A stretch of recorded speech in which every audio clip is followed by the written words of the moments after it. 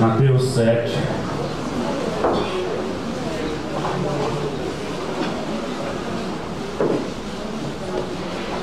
O versículo 24 em diante. Todo aquele, pois, que escuta estas minhas palavras e as pratica, assemelhá-lo-ei ao homem prudente, que edificou a sua casa sobre a rocha. E desceu a chuva, e correram rios, e assopraram ventos, e combateram aquela casa, e não caiu, porque estava edificada sobre a rocha. E aquele que ouve estas minhas palavras e não as cumpre, compará-lo-ei ao homem insensato, que edificou a sua casa sobre a areia.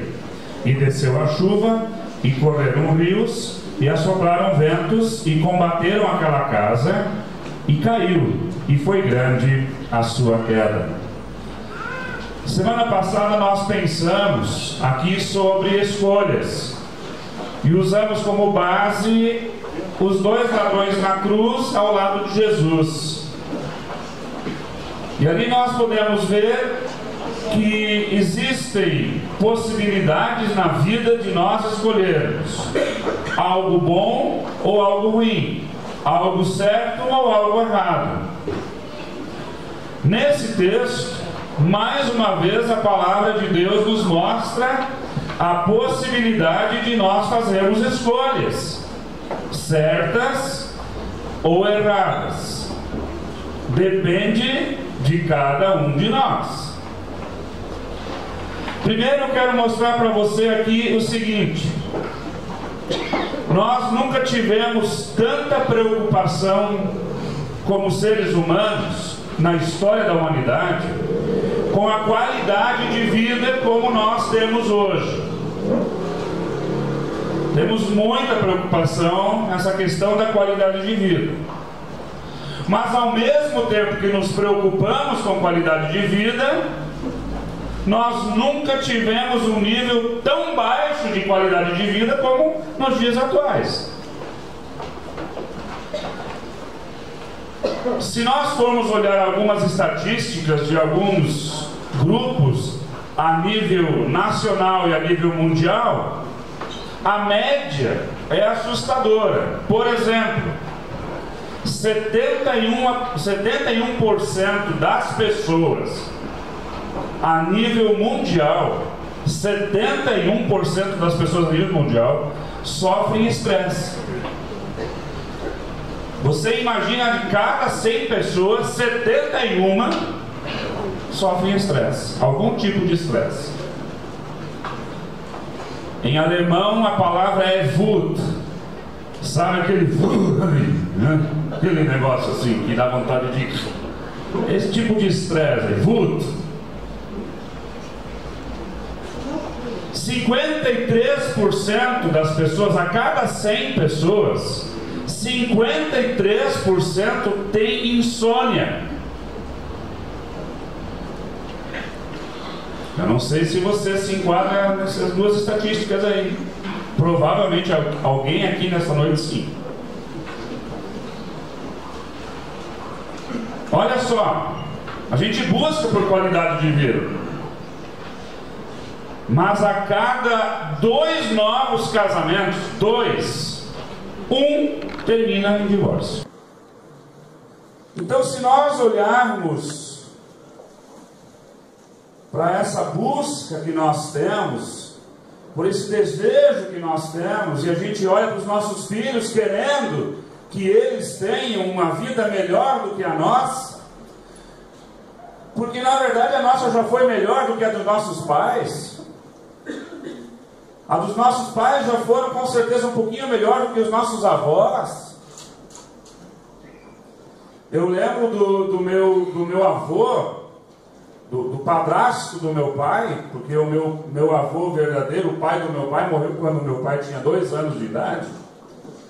E a minha avó casou de novo. E eu lembro dele desmatando, derrubando árvore para poder plantar feijão, arroz, soja, milho, trigo.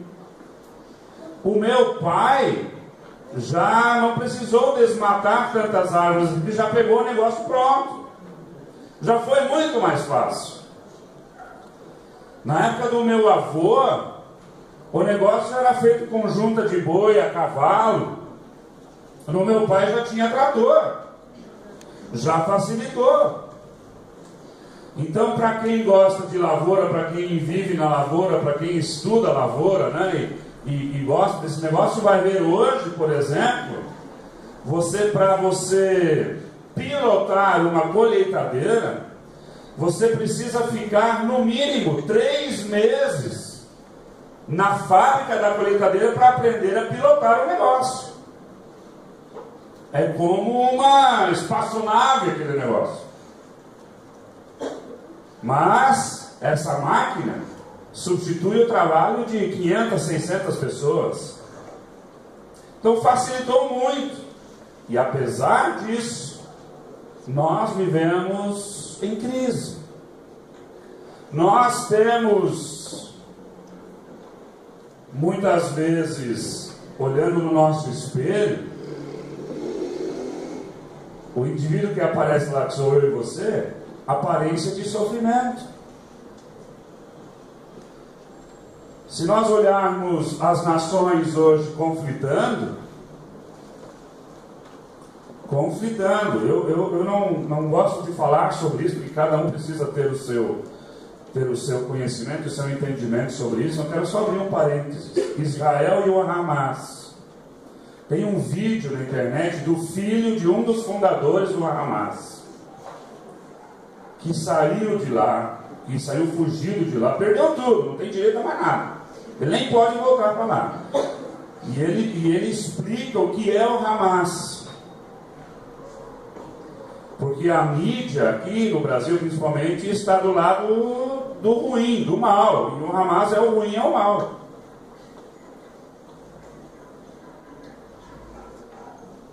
Então nós vemos essas situações em que muitas vezes nós defendemos o erro também.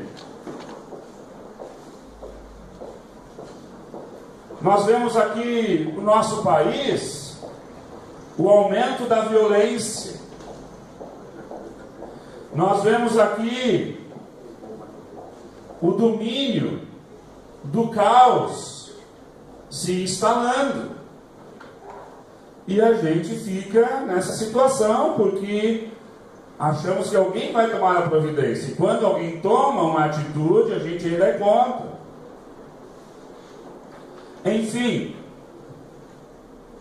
essa semana, um grande líder religioso, que inaugurou recentemente um templo aqui em São Paulo, disse em claro e bom som que é a favor do aborto. Porque as mães, as mulheres abortando, vai passar a criminalidade. Ora, não é mais fácil colocar então uma ordem e dizer o seguinte para cada mulher: você só pode ter um filho ou 2 no máximo, em vez de 9 ou 10, e aí abortar? Um líder religioso a favor do assassinato de fetos. Feto é uma vida. E sabe quantas pessoas estavam hoje nesse templo que ele inaugurou semana retrasada? Só numa reunião, mais de 10 mil pessoas. Ora, tem alguma coisa errada. Então a pergunta é possível, diante dessa situação, que a gente olha assim e não vai melhorar mesmo? A Bíblia fala que não vai melhorar. Mas é possível construir na minha casa um lugar, pelo menos que a minha casa seja um lugar sadio? Você acredita que isso é possível? É possível. É possível fazer com que a sua casa, a sua vida, a sua esposa, os seus filhos, a sua família seja um grupo de 2, 3, 4 ou trocentos de pessoas sadias, fisicamente falando, intelectualmente falando e principalmente espiritualmente falando. O que precisa acontecer para que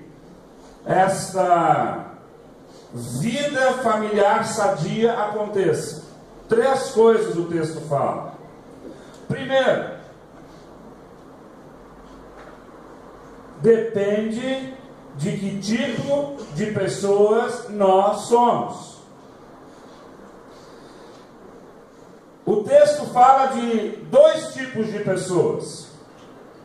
O texto fala de pessoa prudente e de pessoa insensata. Nós temos que escolher que tipo de pessoas nós seremos, que tipo de pessoas nós queremos que nossos filhos sejam. Se você é uma pessoa prudente, por exemplo, qual é essa característica? Estou falando aqui para cristãos, não estou falando aqui de placa de igreja. Estou falando aqui para pessoas cristãs que acreditam em Deus. Talvez não creiam todos aqui em Deus, mas acreditam que há um Deus, há um ser superior. Estou falando para você de uma primeira característica, ou algumas características de uma pessoa prudente. E é você que escolhe se você quer ou não ser prudente. Quer ser prudente ou insensato, é uma opção nossa. Então a primeira característica é uma pessoa prudente, ela tem a autoridade máxima em seu lar, não ela mesma, mas o Senhor Jesus Cristo.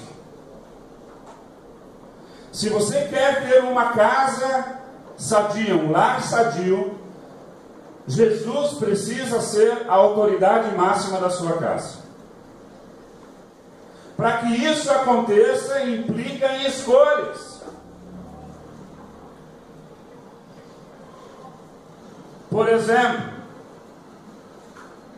se você tem Jesus como autoridade máxima em seu lar, é também porque você optou que o manual de instruções da sua casa seja a Bíblia Sagrada. E não a televisão, não o rádio, não a revista, não o jornal, nada mais. A palavra de Deus como manual. Porque só é possível ter Jesus como autoridade máxima da sua vida, da sua casa, e consequentemente ser uma casa sadia, se o manual, a palavra de Deus, te levar a ele. Porque a fé em Jesus, ela vem pelo pregar a palavra de Deus. Você vai conhecer Jesus na palavra. Às vezes a gente fala assim, você precisa ir para a igreja para conhecer Jesus. Eu concordo com isso. Mas existem inúmeros exemplos de pessoas que nunca pisaram na igreja, em momento algum na vida, mas começaram a ler isso aqui. E conheceram Jesus, lendo a Bíblia. E a partir daí começou a ter uma vida diferenciada. Escolheu. Uma pessoa prudente, por exemplo, ela escolhe ser uma pessoa de bem, ser uma pessoa de bem e não de bens. A prioridade não é as coisas, a prioridade é o ser. De que adianta você ter tudo e você não ser uma pessoa honrada, honesta, sincera?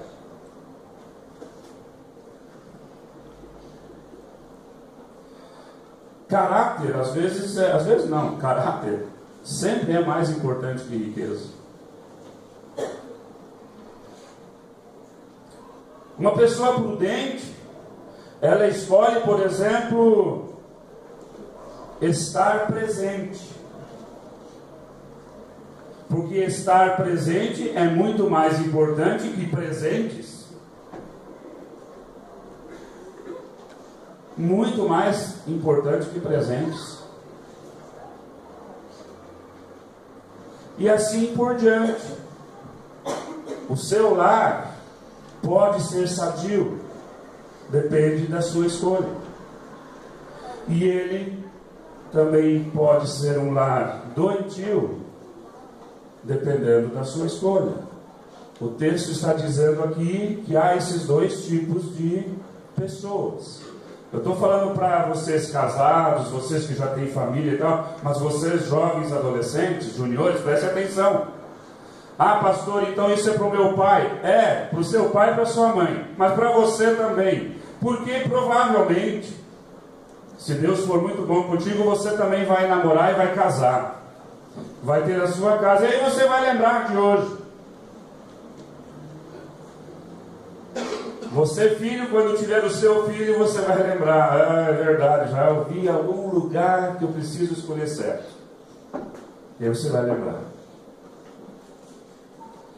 Uma segunda escolha que nós temos que ter e fazer para ter um lar sadio, baseado no texto, é sobre o fundamento que nós vamos edificar a nossa vida, a nossa casa, o nosso lar, o nosso futuro. E o texto fala aqui de dois fundamentos. A gente precisa escolher um. Um deles é rocha e o outro é areia. Nós temos que escolher.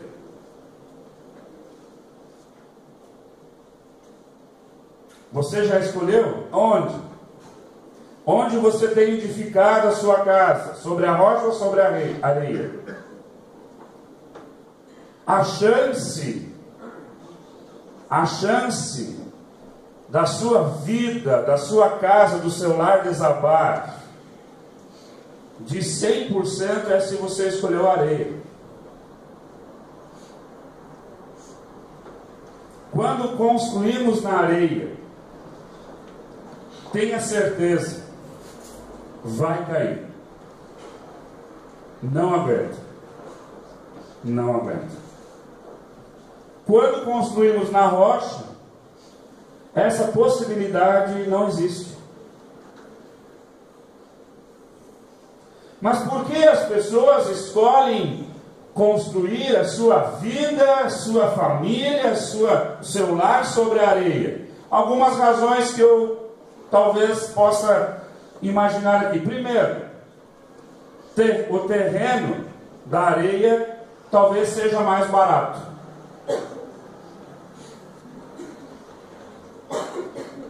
Se o terreno da areia é mais barato, o custo da construção sobre a areia seja talvez menor. E as pessoas optam em construir a sua vida nisso. Lembre-se, logo a falha aparecerá, e a sua vida, o seu lar, a sua casa, a sua família ruirá. Vai cair. O que significa construir com custos menores?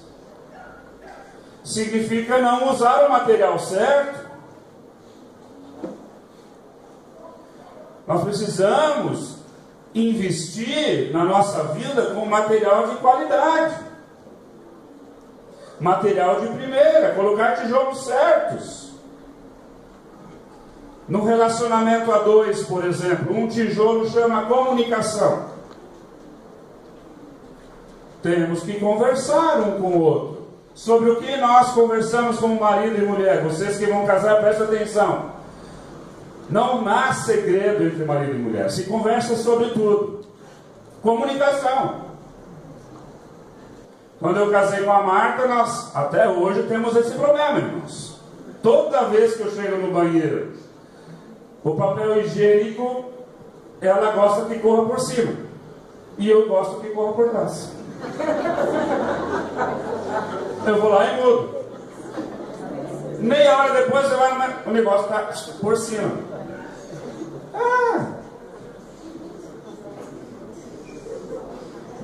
E é uma questão de comunicação, né? A gente já conversou sobre isso e a atitude continua. Tem isso também. Mas um dos tijolos para termos aqui qualidade na construção é a comunicação. Na área sexual, marido e mulher precisam conversar o que um gosta do outro. Na área sexual, tem que falar. E às vezes você gosta e ela não gosta, às vezes ela gosta e você não gosta. Tem que sentar e conversar sobre isso. Vai ficar vermelho? Vai, mas é tua esposa. Desliga a luz, deita na cama, fica olhando para o teto, no escuro e conversa. Aí ninguém vê se está vermelho ou não, vai falando. Só não deixa ninguém dormir do lado. Fala com convicção. Comunicação. Temos que conversar sobre isso.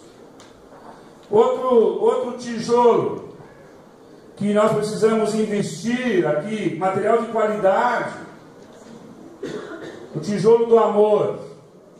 Eu estava dizendo antes, hoje foi um grande dia de você expressar o seu amor para o seu marido que é pai dos seus filhos. Hoje foi um excelente dia para vocês, filhos, expressarem o amor de vocês pelos seus pais. Poxa, aproveite esse dia que não acabou ainda. Porque talvez tenha filhos aqui, esposas aqui, que já passou mais da metade do ano e não fizeram isso ainda. Não nutriram o amor. A paixão acabou faz tempo. Então o amor, ele precisa ser nutrido, ele precisa ser alimentado, para que nós tenhamos hoje uma casa, uma família, um lar sadio. O seu filho, a sua filha precisam ver o amor entre marido e mulher ser nutrido todos os dias, porque a briga ele vê.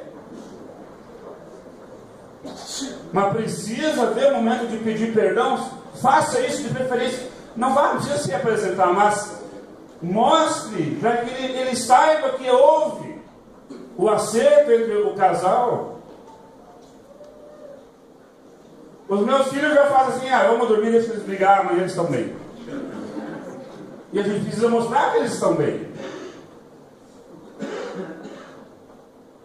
Uma outra coisa que precisa acontecer é a questão do respeito.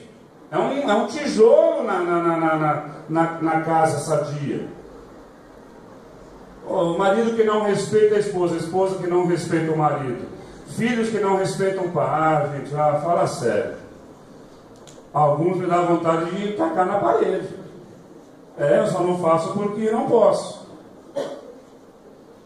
Mas dá vontade. Falta de respeito com o pai. Trouxemos uma vez um pregador que eu nem lembrava disso, o Geraldo me lembrou isso hoje. Como é o nome dele, não? Silas Molochenko, pastor Silas Molochenko. Não lembro do jeito que você falou, mas ele disse que se um filho desobedece o seu pai aos 2 anos de idade, se o filho ouve um não e não obedece, o pai aos 2 anos de idade você já era, seu filho já foi. Já perdeu o seu filho. 2 anos de idade. Tem moleque de 4, 5, 10 aí, que você já era. Não adianta pedir oração, ora pelo meu filho, porque já foi. Você escolheu não fazer com que ele respeite você, ele te obedeça. Uma escolha sua.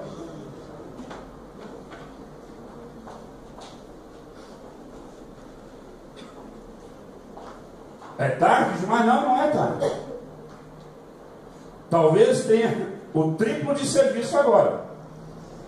Mas você é pai, mãe, filho, precisa respeitar. Marido e mulher precisam se respeitar.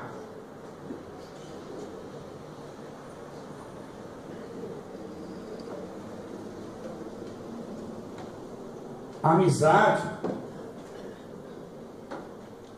precisa existir. Bom humor. Eu estava falando para o irmão Geraldo hoje, às vezes eu acordo meus filhos com água. É uma seringuinha, aquelas seringuinhas lá, sem agulha, né? Enche. Estão tomando banho, água quente, abre a janela do banheiro e vem com água gelada por cima do box. Show de bola, bom humor.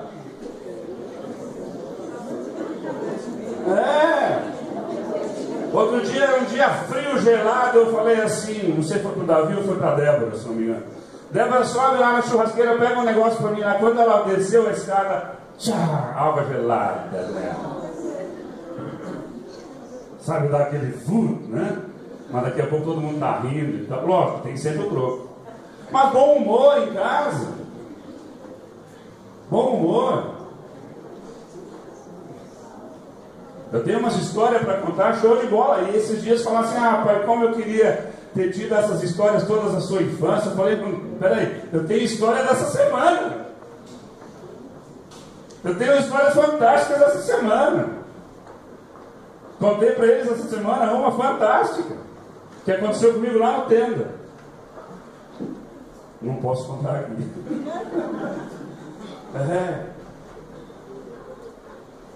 Então, bom humor, compreensão, sonhos compartilhados, solidariedade, cooperação. Se meu filho de 11 anos não secar e não lavar a louça lá em casa. Tem que colaborar, contribuir. Ontem Marta veio aqui, Débora também veio aqui. Eu fui no mercado e Davi ficou em casa. Fazendo o que, Davi? Limpando o quarto e a sala. Certo ou errado? Limpou direito? Fui lá passar o dedo. Porque se não fez, vai fazer de novo. Quando eu cheguei, estava o aspirador comendo solto lá. Pai, só falta aspirar agora. Está quase pronto. Comida para o passarinho, limpar banheiro. Tem que fazer. Colaboração, cooperação. O pai e a mãe estão trabalhando duro fora, chega em casa, tem que fazer as coisas. E você vem em casa sozinho. Quer uma casa abençoada? Precisa fazer escolha. Outro dia a Marta dizia, deixa que está tão frio. Eu falei, está frio o quê? Está frio para mim, está frio para ele, não tem? Está frio para ele, está frio para mim também. Vão lavar a louça sim.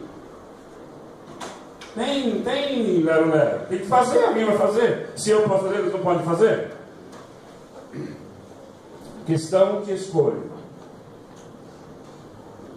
Você precisa investir pesado, certo? Educação. Não deixa, gente. Não deixa. Não troque as prioridades. Não troque as prioridades. Invista na educação dos seus filhos. Invista. Mas invista, cobre. Você investe, mas tem que cobrar também. Não adianta gastar R$600 por mês, R$800 por mês de mensalidade na escola e não cobrar. Mas lá em casa, quando aparece uma ocorrência, pronto. Ficar 3 dias pendurado assim, não tem como.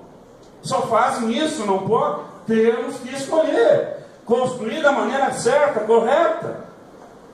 O pastor é muito... Não sou. Eu vou te dar um exemplo.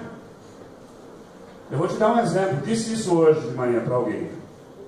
Foi para o irmão Geraldo que eu disse. Aqui na igreja, quando eu sento no banco, sabe quem vem sentar perto de mim? Esses aí, que eu judio em casa. Meu filho e minha filha. Sabe onde eles preferem dormir? No meu quarto, do nosso lado lá. Eu vejo o filho que o pai chega aqui na igreja, o filho some, ninguém sabe onde está. Não gosta de estar do lado do pai. Não gosta de ficar do lado da mãe. Você tem que ficar no caos. Você não vai perder o seu filho agindo de maneira correta, construindo de maneira certa. É uma questão de escolha que nós temos que fazer. É uma questão de opção que nós temos que ter. E em terceiro lugar, para terminar, para nós termos um lar sadio, uma casa abençoada, uma vida produtiva. Não estou dizendo aqui que tudo isso vai resolver o seu... Não, vai ter luta, vai. Todos nós, em algum momento, vamos passar pelo vale. Fica tranquilo, falei já sobre isso. Mas se você quer ter a sua casa, independente esteja no vale ou no monte, de uma maneira jóia, legal, saudável.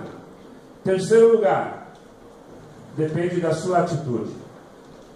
E a atitude é uma questão de escolha. O texto fala de duas atitudes: ouvir a palavra e praticar, e ouvir a palavra e não praticar. Temos que escolher o que nós vamos fazer. Existem pessoas que ouvem a pregação da palavra, ouvem a palavra de Deus e as praticam. Mas existem pessoas que ouvem e não as praticam. Para construir um lar sadio, uma casa saudável, uma vida abençoada, você precisa escolher ouvir a palavra e praticar. O que significa isso?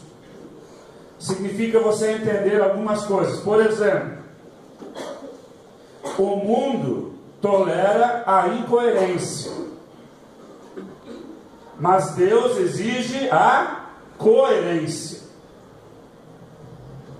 Então eu vou te dizer uma coisa aqui. Eu já falei sobre isso domingo passado, só para relembrar. 2 Coríntios capítulo 6, o versículo 14, a Bíblia. Então lembra lá em cima que a autoridade máxima em seu lar é Jesus. O manual de instrução lá é a palavra de Deus. Tem que ter coerência. Então a palavra de Deus lá em 2 Coríntios 6, 18 fala sobre o jugo desigual. Estou dando só um exemplo. A Bíblia é contra jugo desigual. Namoro cristão, de crente com incrédulo, a Bíblia condena. Ah, ele vai se converter. Vai nada. É exceção. A regra é que não se converte. É exceção. Exceção existe, por isso é exceção. Mas a regra é o contrário. Então, se o mundo tolera a incoerência, você precisa entender que Deus não tolera a incoerência. Deus é coerente.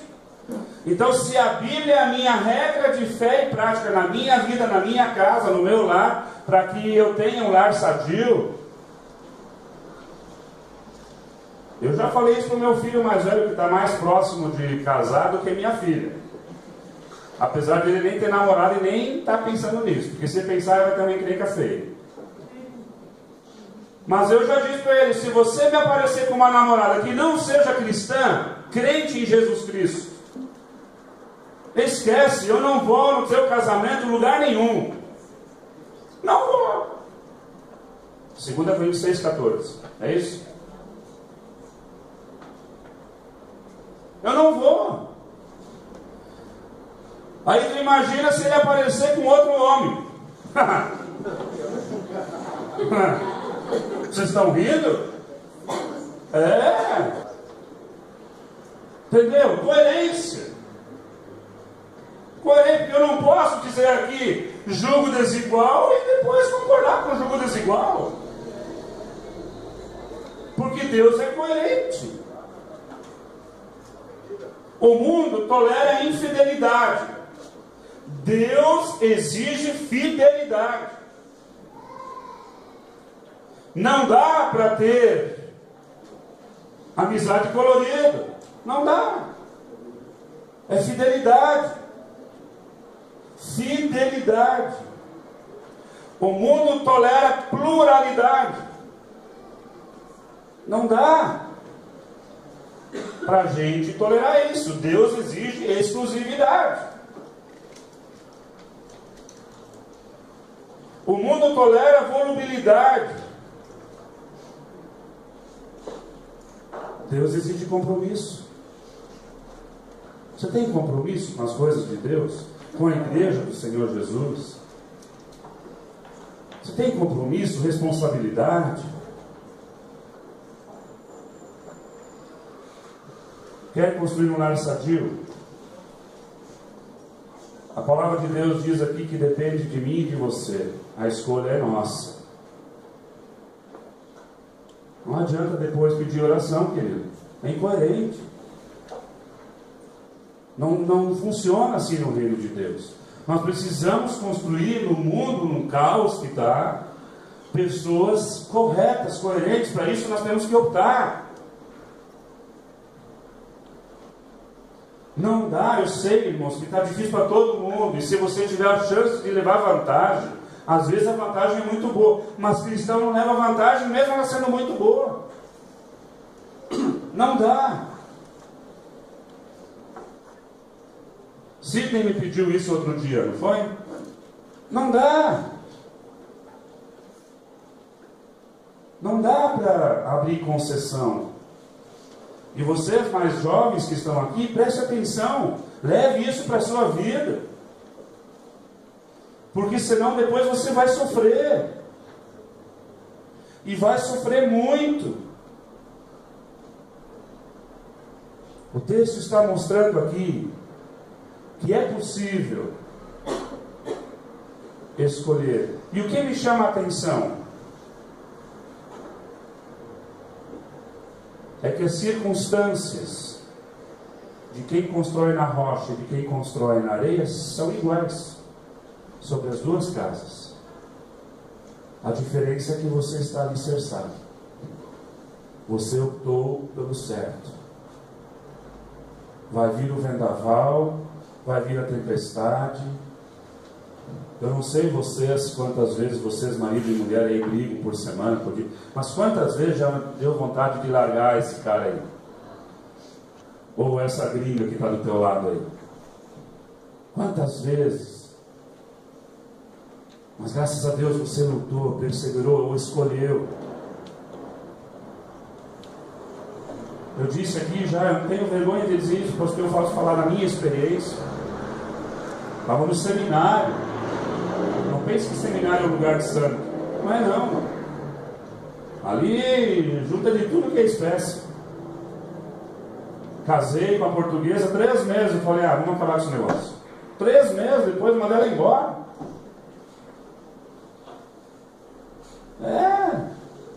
Mas nós fizemos uma escolha na presença de Deus. E ela clamou ao Senhor. E fazem 21 anos que nós somos casados. E cada dia mais nos amamos. Cada vez mais. Porque nutrimos isso. Cada um do seu estilo, do seu jeito, né? Mandar um tijolo, um tijolo de presente com a declaração de amor, eu te amo. Mas um tijolo, coisas assim malucas, né? Não podia ser uma flor, uma pedra, sei lá, alguma coisa assim. Estranho, coisa estranha.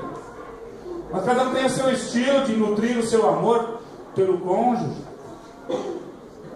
pelo pai, pela mãe.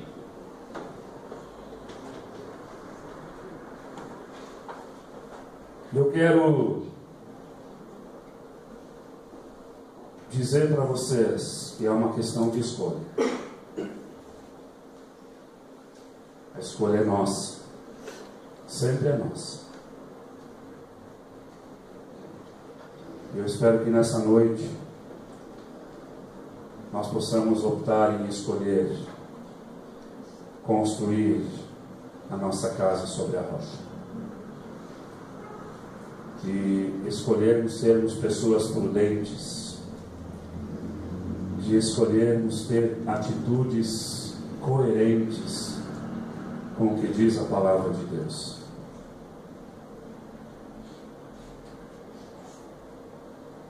A escolha é minha, a escolha é sua.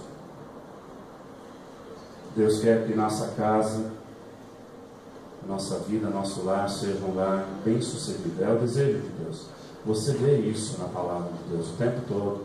Deus nos orientando para sermos bem sucedidos nesses empreendimentos. Mas Ele diz, olha, eu não posso obrigar vocês a fazerem isso. Vocês podem escolher. Eu gostaria que você nessa noite escolhesse